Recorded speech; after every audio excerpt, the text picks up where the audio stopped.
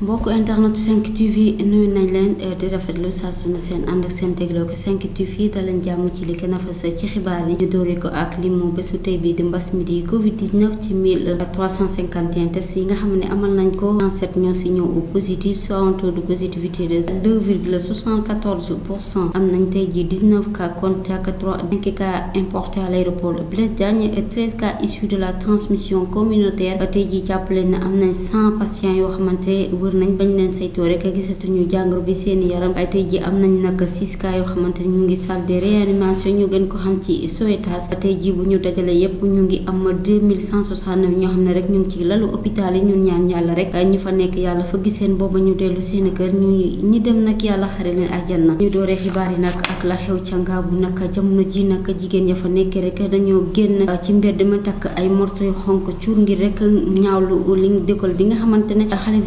xalif général des Mourides jey na ko ak ñeneen kilifa yi nekkee ca Touba ne kii di soxna Aïda Diallo nag du fa màggale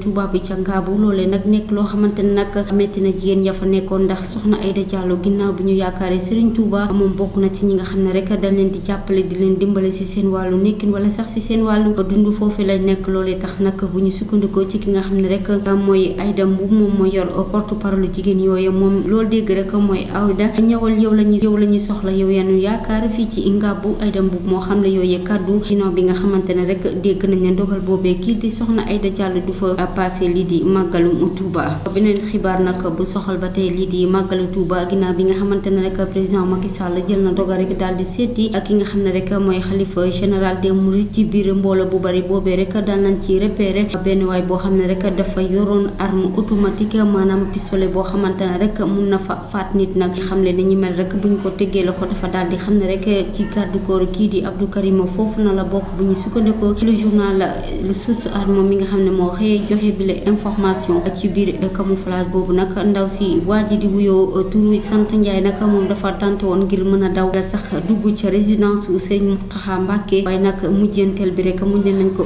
teg loxo ginnaaw bi nga xamante ne teg nañ ko xale bi nag mu ngi am ñaar fukki ak juróom nag yoroon arme boo xam ne tey ji bu ko taal mun na daw ci ay mètres yu bëri jamono ji nag ñii di brigade de recherche bu Touba daan nañ ko jàpp ba pare daal di ko defeere tey jii ca tribunal bu Diourbel. ñu waxaat ci leneen loo xamante rek dafa daal di merloo ñu bëri ci kilifa diine mooy légalisation bu avortement mu mel ni rek dañ fi bugg a jox luwaa li nga xam ne rek mooy yàq ëmb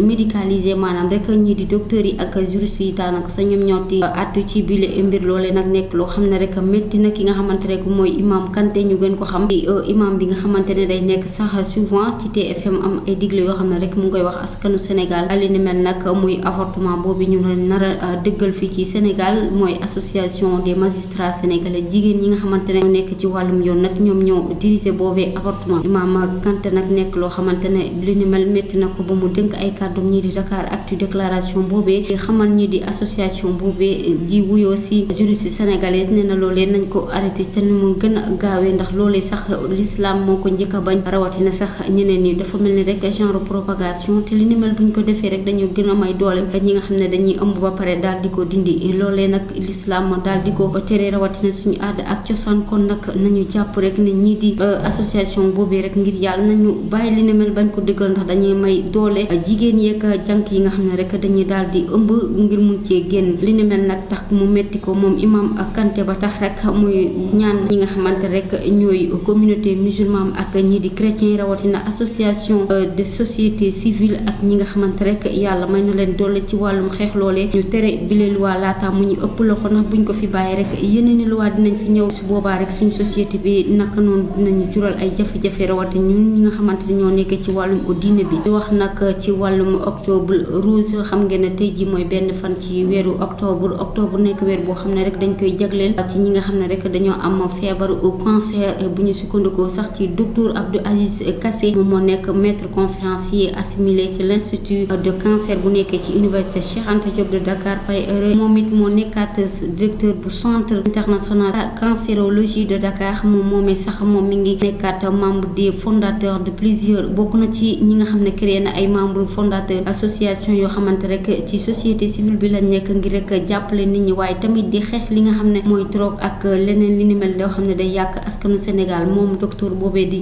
Abdou Aziz Kébé moom mi ngi xam ne rek ci jamono jamono yee daal na opéré lu toll ak juróom-benn nit ak ñaar ñu góor ñoo xamante rek dañu am lii di cancer au sein. loole nag buñ koy seetlu sax daanaka bariwul sax nit ñi di ko dégg, dañ jàpp ne cancer jigéen rek lay dal ci ween, waaye moom docteur boobee moom moo koy xamle te nee na rek bu ñu sukkandikoo ci centre international cardiologie bu nekk ca Lyon nag am na ñeenti jàpp leen ne chaque at bu jot rek dinañ daal di recenser lu tolloo ko 10 750 cas li nga xam ne mooy cancer. ñeent yi nga xamante nag ñoo ci gën a fës bokk na ci canceru sein, cancer du col de l'utérus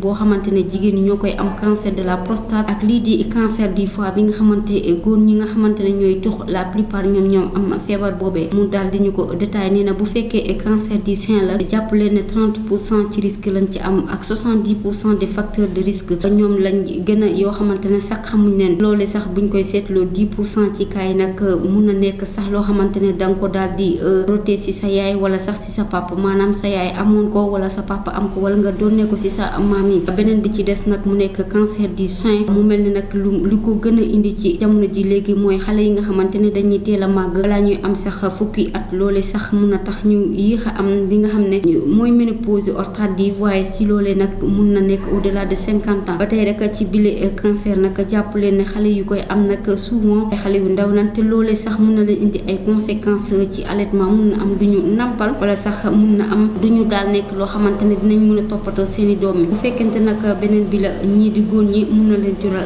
jural ay jafe-jafe yoo xamante ne dina tax duñu mun a am sax mun na am bànneex ci sëy. beneen xibaar nag soxal ni ki démb nag mu mel ni président Macky Sall jamono ji mu ngi ci ay changement yu métti bu mu jógee te ne day jële fi li nga xamante mooy car rapide yi ñu gën ko xam car commun yi nga xam ne moom la nit ñi di jël ngir mën a dem biir Dakar wala sax ci yeneen communes yi. jël na dogal nag jële fi lépp li nga xamante mooy 7 places yooyu yi nga xamante ne moom la nit ñi doon jël ca pale ngir rek mën a liggéey daal na ko fi jëlee daal di ko remplacer ci ay minibus yoo xamante ne daal yóbbu mun na yëpp lu tolloog fukki nit ak juróom. ci yooyu bus nag jàppale ne bus yi dañ ko climatiser am lépp ci biir ko xam ne nag mooy ki nga xam ne mooy directeur général bu EMG. moom nee na déjà daal na joxe lu tolloog 300 minibus yoo xamante rek ñu ngi ko gaare foofu ci 800 bus yi nga xamante moom la ñu jël ngir mën a remplacer li nga xam ne mooy 7 places yooyu. Macky Sall nag ñëw taxaw te mu conseil des ministres la xamee loolu nee na rek dafa bëgg a moderniser waat jox secteur transport li nga xam ne mooy gëddam, waaye jëlee fii oto yu màggat yi nga xamante ne daanaka bu ñuy daw rek lu ñuy bàyyi ci saxaar mën a jural nit ñi ay jafe-jafe ci wàllum nooyi donte sax jamono ji mbas mi di coronavirus mu ngi fi. wax naka ci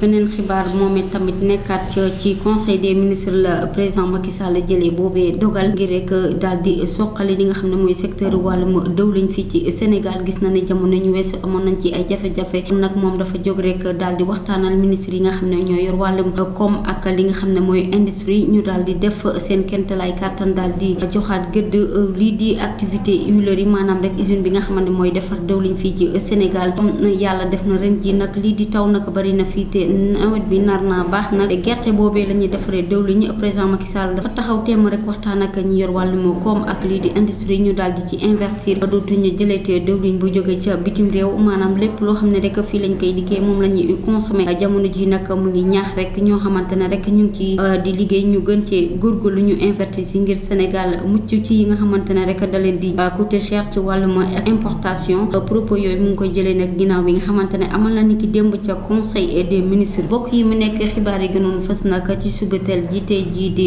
1er octobre 2020 ñun duñu def dara lu dul di leen sant di leen gërëm waaye tamit di leen wax ngeen daal di abonné suñu chaîne bii di 5 TV ngeen di am xibaar yi wet wër jërë ngeen